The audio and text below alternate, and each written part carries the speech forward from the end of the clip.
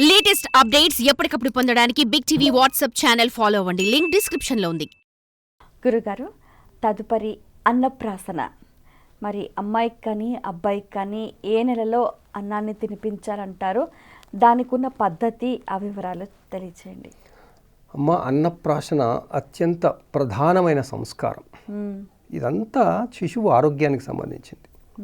మామూలుగా గర్భాధానము, తర్వాత పుంసవనము, సీమంతోన్నయనము, గర్భంలో ఉన్నప్పుడు కావలసిన భద్రతకి, జాతకర్మ పుట్టినప్పుడు చేసుకోవాల్సిన జాగ్రత్తలు, నామకరణం శిశువుకి ముందు ఐడెంటిటీ ఇస్తూ పిలుస్తాం కాబట్టి, తర్వాత శిశువు తల్లి గర్భంలో ఉండగా తల్లి నుంచి ఆహారం స్వీకరిస్తుంది. ఆ స్వీకరణ తర్వాత బయటకు వచ్చిన తర్వాత తల్లి పాలే ముఖ్యంగా తాగేవాళ్ళు ఇంతకుముందు. లేదా ఈ కాలంలో తర్వాత పాతకాలం అయితే ఆ తల్లి పాలు లేకపోతే ఇంకొక తల్లి పాలు ఇచ్చేది. ఆ తర్వాత ఇప్పుడు రాను మనకి ఎన్నో వచ్చాయి, ఆల్టర్నేటివ్స్ వచ్చాయి కాబట్టి అదే మేకపాలు, తల్లిపాలు, ఇంకొకల పాలు అలా ఇచ్చేవాళ్ళు. అయితే ఈ ఆహారం అనేది ఘన పదార్థమైన ఆహారం మా శిశువుకి ఇవ్వరు. మొదలు కేవలము లిక్విడ్ ఫుడ్డే ఇవ్వాల్సి వస్తుంది. అది అసలు పాలే ఇవ్వాలి ముందు. ఆ పాలు ఇస్తున్నప్పుడు కొన్నాళ్ళకి ఎన్నాళ్ల పాటు మరి ఇవ్వాలి అంటే ఒక ఐదు నెలల పాటు, పుట్టిన తర్వాత 5 నెలల పాటు తీసుకుంటారు. అలా తీసుకున్నప్పుడు 5 నెలల్లో 5వ నెలలో 5 నెలలు పూర్తయిన తర్వాత శిశువుకి, ఆడ శిశువుకి మగ శిశువుకి అక్కడ తేడా తీసుకొచ్చారు. ఎందుకంటే ఆ ఆడ శిశువు యొక్క బాడీలో ఉన్నటువంటి మార్పు, మగ శిశువు బాడీలో ఉన్నటువంటి ఆ మార్పును బట్టి దాని ఆధారంగా, ఎందుకంటే 2 శరీరాల్లో వేరువేరుగా ఉంటాయి ఎప్పుడు ఆ ఉండేటువంటి విధానం అంతా కూడా జీవకణాల విధానం. సో అందువల్ల ఆడపిల్ల అయితే వాళ్ళు ఏమన్నారు, 5 నెలలు పూర్తయి 5వ రోజు నాడు, ఈ 5వ రోజు అని ఎందుకు పెట్టారు అంటే అసలు 5 నెలలు కాగానే ఇవ్వాలి, ఏదో ఒక రోజు మంచి రోజు అనుకోవాలని గుర్తుపెట్టుకోవడానికి. ఇదంతా మన సంప్రదాయాలలో ఈ నెంబరింగ్ ఎందుకు వచ్చిందంటే ఈజీగా గుర్తుపెట్టుకోవడానికి. 5వ నెల వచ్చింది తెలిసిపోతుంది. ఇక 5వ నెల రాగానే ఏ లెక్క అటు ఇటు అయినా కానీ పర్వాలేదు అని ఇంకో 5వ రోజు నాడు ఈ ఆడపిల్లకి అన్నప్రాసన చేయాలన్నారు. ఆడపిల్లకు 5వ నెల పూర్తయ్యి 5వ రోజు, ఆడపిల్లకు 5వ నెల పూర్తయి 5వ రోజు. అదే మగపిల్లవాడికి 6వ నెల పూర్తయ్యి మళ్ళీ 6వ రోజు అన్నారు. అక్కడ మగపిల్లలకి, మగవాళ్ళ బాడీ దాని స్ట్రక్చర్ ప్రకారం వాళ్ళకి కొంచెం ఆలస్యంగా అన్నీ వస్తుంటాయి. అందుకే మగవాళ్ళు పెద్దవాళ్ళు, ఆడవాళ్ళు చిన్నవాళ్ళకి పెళ్ళిళ్ళు చేసేవారు. ఆడపిల్ల కన్నా మగవాడు ఎందుకు పెద్దవాడు కావాలి అంటే వాళ్ళ శరీరాలలో ఉన్న అనాటమికల్ రీజన్స్ అన్నమాట అవన్నీ. అంత సైన్స్, వాళ్ళు అంత సైంటిఫిక్గా చెప్పుకొచ్చారు మనకి. ఆ తర్వాత ఈ అన్నప్రాసన చేయడానికి మరి ఏం వాడాలి అంటే మనకి ఆయుర్వేదంలో దీని గురించిన వివరణ బాగా ఇస్తారు. మనకి ఉండేది 6 రుచులు, తర్వాత 3 గుణాలు, 3 గుణాలు, సత్వరజస్తమో గుణాలు. సో శిశువుకి ఆహారం చాలా సరళంగా ఉండాలి, ఈజీగా డైజెస్ట్ అవ్వాలి. అది చాలా ముఖ్యమైనది, లేకపోతే మళ్ళీ ఇబ్బంది అవుతుంది. అందువల్ల వాళ్ళు ఏం చేసేవారు, ఆ కాలంలో తేనెని బాగా వాడేవాళ్ళు. సో తేనెను ముందు తినిపించాలంటారు. అసలు పుట్టగానే కూడా తేనె తినిపిస్తారు. ఆ తర్వాత ఆ రోజు పాయసం చేసి, మన దగ్గర స్టేపుల్ ఫుడ్ రైస్ కాబట్టి ఆ అన్నాన్ని పాయసం చేసి, ఆ పాయసంతో పాటు ఈ తేనెని అవి ఆ బాటిల్లో కలిపి కొంచెం సాలిడ్ ఫుడ్, ఇది అంటే కొంచెం ఘన పదార్థంగా ఉంటుంది, దాన్ని మొట్టమొదటిసారి శిశువుకి తినిపిస్తారు. తినిపించడం కానీ వాడికి ఏం భోజనం అంతా ఏం బెటరు, ఊరికే ఒక చెంచాలో కొంత పార్ట్ మాత్రం ఇచ్చి, అది ఆ శరీరం దాన్ని తీసుకుని డైజెస్టివ్ సిస్టమ్ ప్రిపేర్ చేస్తారనమాట. ప్రిపేర్ చేసిన తర్వాత మళ్ళీ గోరుముద్దలే తినిపిస్తారు. అది అంటాం కదా చిన్నప్పుడు గోరుముద్దలు పెట్టామని. ఆ విధంగా తల్లి నుంచి గ్రాడ్యువల్గా లిక్విడ్ ఫుడ్ నుంచి, పాల తర్వాత కాస్త మెత్తటి ఆ పదార్థాలు తినుకుంటూ, దాంట్లో మళ్ళీ రుచులన్నీ కలుపుకుంటూ, గ్రాడ్యువల్గా రుచులు కలుపుతూ, మన రుచుల్లో కూడా సైన్స్లో ఏం చెప్పారు, మనకి మొట్టమొదలు బాగా యాక్టివ్గా ఉండే రుచి స్వీట్. అందువల్ల ఇప్పుడు కొందరు భోజనం చేసేటప్పుడు కూడా ముందు స్వీట్ తింటారు. అవును, ఈ మధ్యన మనం స్వీట్ డెజర్ట్ అని తర్వాత తింటున్నాం, కానీ యాక్చువల్గా ముందు తినాలి. ముందు తింటే సరిపోతుంది. అని మన కాలానికి, మన ప్రాంతానికి.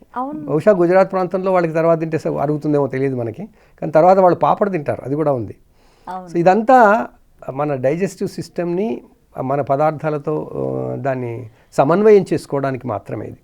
సో ఇప్పుడు ఈ అన్నప్రాసనప్పుడు ఆడ శిశువుకైనా మగ శిశువుకైనా వాళ్ళు ఏం చేస్తారంటే ఈ అన్నం తయారు చేసి పెట్టి మంచి స్వర్ణ పాత్రలో అని ఇంకా అవన్నీ ఉన్నదాన్ని బట్టి వైభవం విత్తం కొద్దీ వైభోగం అన్నట్టుగా ఉన్నదాన్ని బట్టి వాళ్ళు చేస్తున్నారు. అదే వెండి గిన్నెలో ఎక్కువగా ప్రాధాన్యత ఇస్తారు కదా. ఎందుకంటే అది అలా పెట్టకపోతే ఏదో ఒకటి దొరికిన దాంట్లో ఆకుల్లో పెడితే కష్టం కదా, మళ్ళీ దాంట్లో ఇన్ఫెక్షన్స్ ఉంటాయి కదా.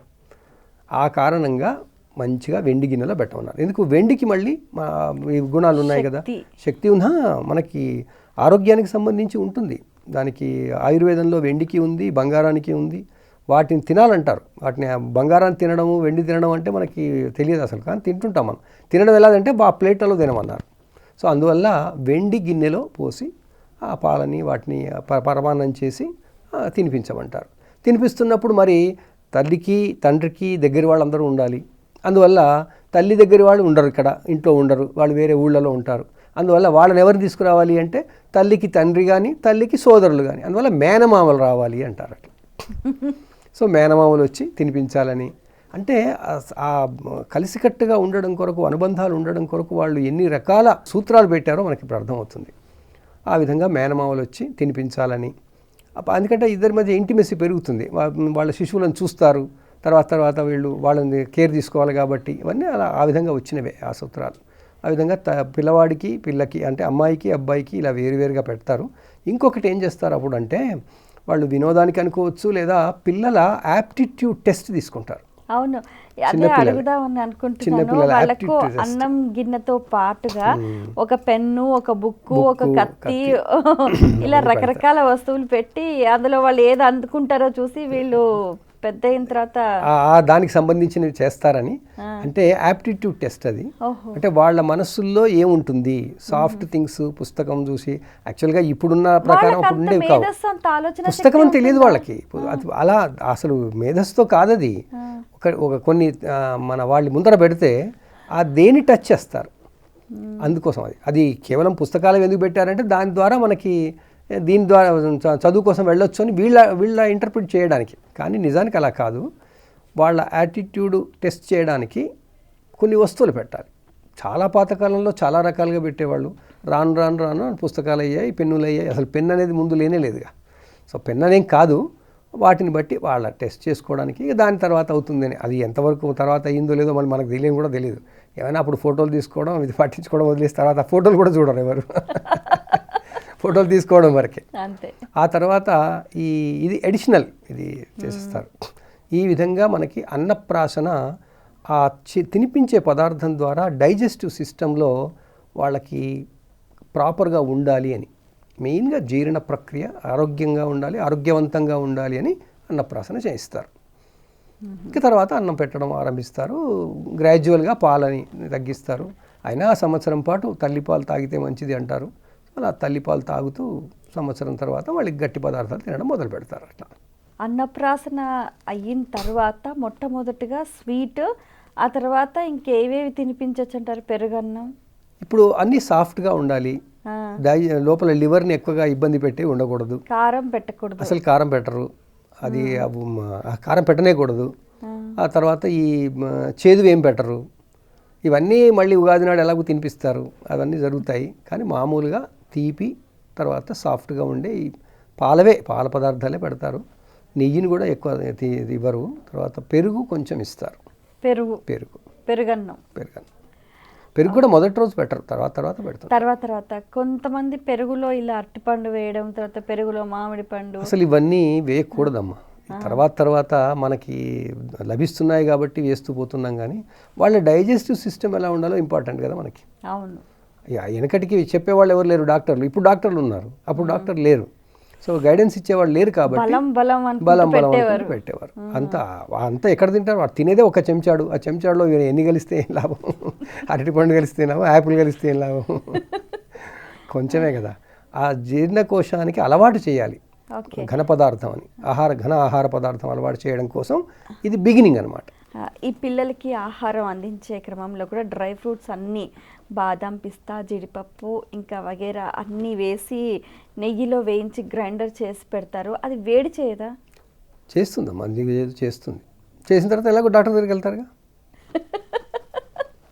ఇష్టం వచ్చినట్టు అన్నప్రాసన చేయడం, ఆ తర్వాత డాక్టర్ దగ్గరికి పోవడం జరిగేవేగా. యాక్చువల్గా అవన్నీ చేయకూడదు, చాలా సింపుల్గా మొదలు పెట్టాలి, గ్రాడ్యువల్గా చేయాలి. ఆ డ్రై ఫ్రూట్స్ అనేవి ఏ సమయంలో పెట్టచ్చు అంటే, ఏ సమయం పెట్టడం ప్రారంభించాలంటారు? డ్రై ఫ్రూట్స్ అనేవి పూర్తిగా 1 year తర్వాతే పెట్టాలి. 1 year తర్వాత?